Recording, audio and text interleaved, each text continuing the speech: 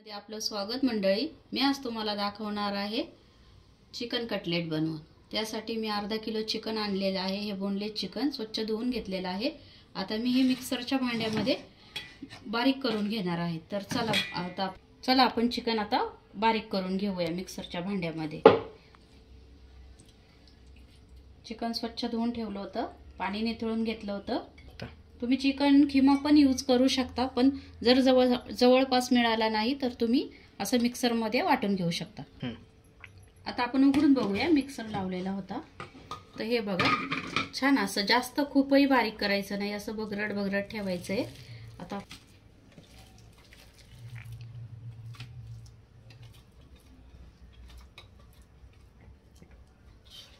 आपण असं चिकन करून घेतलेलं आहे। तर आता ह्याच्यात आपण मी बारीक एक मोठा बटाटा शिजवून उकडून ठेवला होता, तो आता कुस्करून त्यात मिक्स करून टाकूया।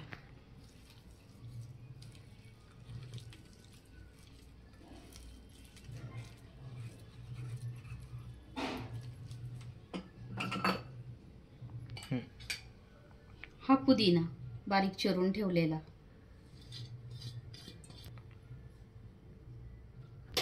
हे दोन मोठे कांदे, तुम्हाला जेवढे शक्य होईल बारीक चिरायला तेवढा बारीक चिरून घ्या। दोन हिरव्या मिरच्या बारीक चिरून ठेवलेल्या,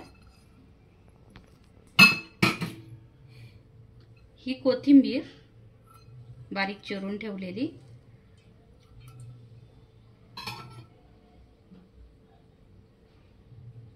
एक लिंबाचा रस सुद्धा मी त्यात टाकणार आहे। मोठा लिंबू आहे, एक अख्खा घेणार आहे मी।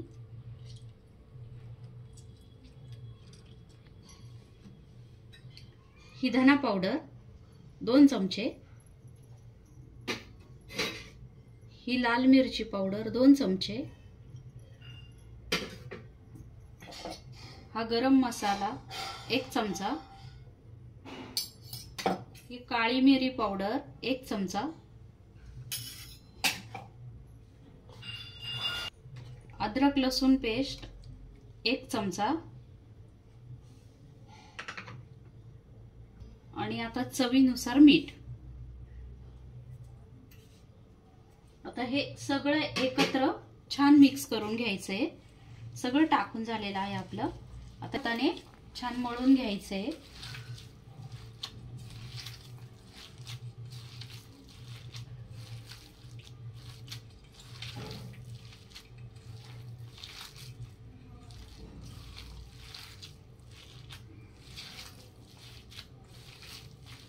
आणि अर्ध्या तासासाठी हे मळून झाल्यावर झाकून ठेवायचं आहे। करून झाले, आपण अर्ध्या तासासाठी हे फ्रीज मध्ये झालेलं आहे। आता आपण कटलेट बनवून घेऊया।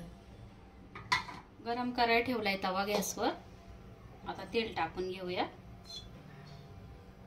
तेल चांगलं कडक होऊन द्यायचंय, आपण कटलेट करून घेऊया तेल गरम होईपर्यंत। तर असे मीडियम आकाराचे गोळे घेतले, जास्त जाडही नाही जास्त पातळही नाही, असे असे करायचे। सोपी रेसिपी आहे।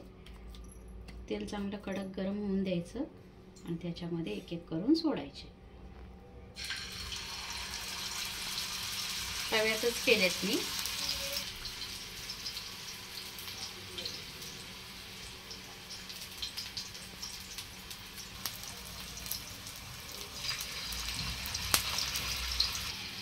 बारीक गॅस करून बारीक गॅसवर करायचे, कारण खिमा आतनं शिजला पाहिजे आपला चिकन। ते लगेच शिजतंय बारीक वाटल्यामुळं।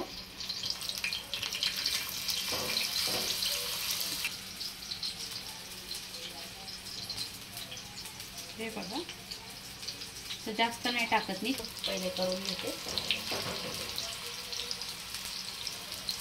एक बाजू चांगली भाजल्यानंतर दुसऱ्या बाजूने उलटे पालटे करायचे, म्हणजे चिकटणार नाही। आधी एक बाजू चांगली भाजून द्यायची। पलटी मारून घेऊया हळूवारपणे, त्याला पलटी मारायचे एक एक करून।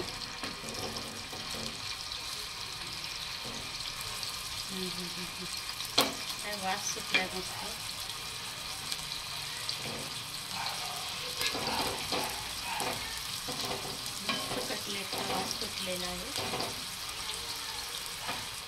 आपले कटलेट आता दोन्ही बाजूनी चांगले भाजलेले आहेत, आपण काढून घेऊया.